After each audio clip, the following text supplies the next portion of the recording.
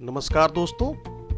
राष्ट्रपति द्रौपदी मुर्मू ने रविवार को न्यायपालिका में प्रतिभाशाली युवाओं का चयन करने और उनकी प्रतिभा को निखारने के लिए एक अखिल भारतीय न्यायिक सेवा के सृजन का सुझाव दिया है। उच्चतम न्यायालय द्वारा यहां आयोजित संविधान दिवस समारोह को संबोधित करते हुए राष्ट्रपति ने इस बात पर प्रकाश डाला कि खर्च और भाषा न्याय चाहने वाले नागरिकों के लिए बाधाएं हैं। साथ ही उन्होंने कहा कि न्याय तक सभी की पहुंच में सुधार के लिए संपूर्ण प्रणाली को नागरिक केंद्रित बनाने की आवश्यकता है। उन्होंने कहा, इस विविधीकरण प्रक्रिया को तेज करने का एक तरीका एक ऐसी प्रणाली का निर्माण हो सकता है जिसमें योग्यता आधारित, प्रतिस्पर्धी और पारदर्शी प्रक्रिया के माध्यम से विभिन्न पृष्ठभूमियों से न्यायाधीशों की भर्ती की जा सके। उन्होंने कहा, अखिल भारतीय न्यायिक सेवा का सृजन करना एक बेहतर विकल्प हो सकता है जो प्रतिभाशाली युवाओं का चयन और उनकी प्रतिभा को निखारने का काम कर सकती है। दोस्तों, यहाँ पर मैं रुककर आपको यह बताता चलूं कि जैसा कि हमारे राष्ट्रपति श्रीमती मुर्मू ने अखिल भारतीय न्यायिक सेवा के सृजन की बात कही है, आखिर क्या होता है अखिल भारतीय न्यायिक सेवा? जबकि ऐसा हो सकता है कि आप में से बहुत से लोग यह जानते भी होंगे और उन्हें जिन्हें नहीं पता उनके लिए मैं बता दूं कि इसका मतलब यह है कि यह प्रावधान अखिल भारतीय सेवा अधिनियम 1951 में किया गया है। केंद्र सरकार अखिल भारतीय सेवाओं में नियुक्त व्यक्तियों की भर्ती और सेवा की शर्तों को विनियमित करने के लिए नियम बना सकती है। वर्तमान में केवल भारतीय प्रशासनिक सेवा, भारतीय पुलिस सेवा और भारतीय वन सेवा को अखिल भारतीय सेवाओं के रूप में गठित किया गया है। भारत सरकार ने हाल ही में एक प्रवेश परीक्षा के माध्यम से अधीनस्थ न्यायालयों हेतु अधिकारियों की भर्ती के लिए अखिल भारतीय न्यायिक सेवा यानी AIJS all India judiciary service स्थापित करने हेतु एक विधेयक पारित करने का प्रस्ताव दिया है। स्वतंत्रता के तुरंत बाद भारतीय प्रशासनिक सेवा और भारतीय पुलिस सेवा की तर्ज पर एक अखिल भारतीय न्यायिक सेवा का प्रावधान किया गया था, यानी कि AIJS। वर्तमान में AIJS का विचार न्यायिक सुधारों की पृष्ठभूमि में प्रस्तावित किया जा रहा है, जो कि विशेष रूप से न्यायपालिका में रिक्त पदों और लंबित मामलों की जांच से संबंधित है।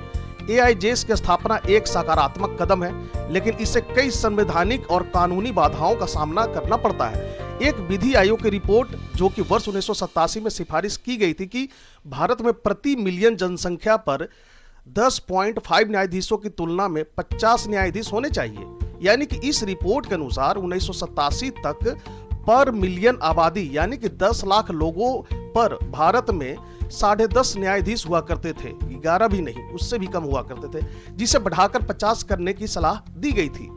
वर्तमान स्वीकृति शक्ति के मामले में यह आंकड़ा 20 न्यायाधीशों को पार कर गया है, लेकिन यह अमेरिका या यूके की तुलना में, जो कि अमेरिका की क्रमशः 107 और यूके की 51 न्यायाधीश प्रति मिलियन लोग हैं, उनके आंकड़ों को देखने पर यह पता चलता है कि भारत में अभी भी न्यायाधीशों की संख्या बहुत कम है। इस प्रकार AIJS न्यायिक क्षेत्र में अंतर्निहित अंतर को पाटने की परिकल्पना करता है। लंबित मामलों की दुर्गम संख्या एक भर्ती प्रणाली की स्थापना की मांग करती है जो मामलों के त्वरित निपटान के लिए बड़ी संख्या में कुशल न्यायाधीशों की भर्ती करे। हालांकि AIJS के विधायी ढांचे में आने से पहले सर्वसम्मति बनाने और AIJS की दिशा में एक निर्णायक कदम उठाने की आवश्यकता है। मुर्मू ने कार्यक्रम को संबोधित करते हुए कहा, ऐसी प्रणाली कम प्रतिनिधित्व वाले सामाजिक समूहों को भी अवसर प्रदान कर सकती है। न्याय प्रणाली को मजबूत करने के इस उद्देश्य की प्राप्ति के लिए कोई भी प्रभावी तंत्र तैयार करने की जिम्मा मैं आपके विवेक पर छोड़ सकती हूँ। इस कार्यक्रम में भारत के प्रधान न्यायाधीश न्यायमूर्ति DY चंद्रचूड़ सहित शीर्ष अदालत और उच्च न्यायालयों के न्यायाधीश भी शामिल हुए। उन्होंने कहा, राष्ट्रपति बनने के बाद मुझे कई केंद्रीय और राज्य विश्वविद्यालयों में IIT और IIM सहित अन्य संस्थानों का दौरा करने का मौका मिला। मुझे कई और संस्थानों में जाने की जरूरत है। मैं बहुत भाग्यशाली हूं क्योंकि मैं वहां के बच्चों के साथ बातचीत करती हूं। ये बहुत प्रतिभाशाली है। कई मौकों पर मैंने उनसे पूछा कि वे क्या बनना चाहते हैं। कुछ कहते हैं IAS, IPS और अन्य अधिकारी बनना चाहते हैं और अन्य कहते हैं कि वे न्यायपालिका में जाना चाहते हैं। यहाँ आसानी से आने के लिए कुछ कदम उठाने की जरूरत है। मुर्मू ने कहा, हमें खुद से पूछना चाहिए, खासकर आज जैसे मौकों पर, क्या देश के हर एक नागरिक के लिए न्याय पाना आसान है? आत्मनिरीक्षण करने पर हम पाएंगे कि इसमें कई बाधाएं हैं। खर्च सबसे बड़ी बाधाओं में से एक है।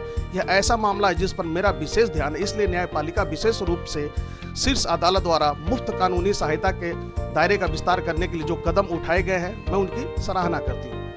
तो दोस्तों इन सब पर आपका क्या मानना है, आप हमें कमेंट करके भी बता सकते हैं। और अगर आपका कोई विचार हो इस प्रक्रिया से संबंधित तो आप हमें कमेंट करके हमारे साथ साझा भी कर सकते हैं। Thank you for watching, God bless you.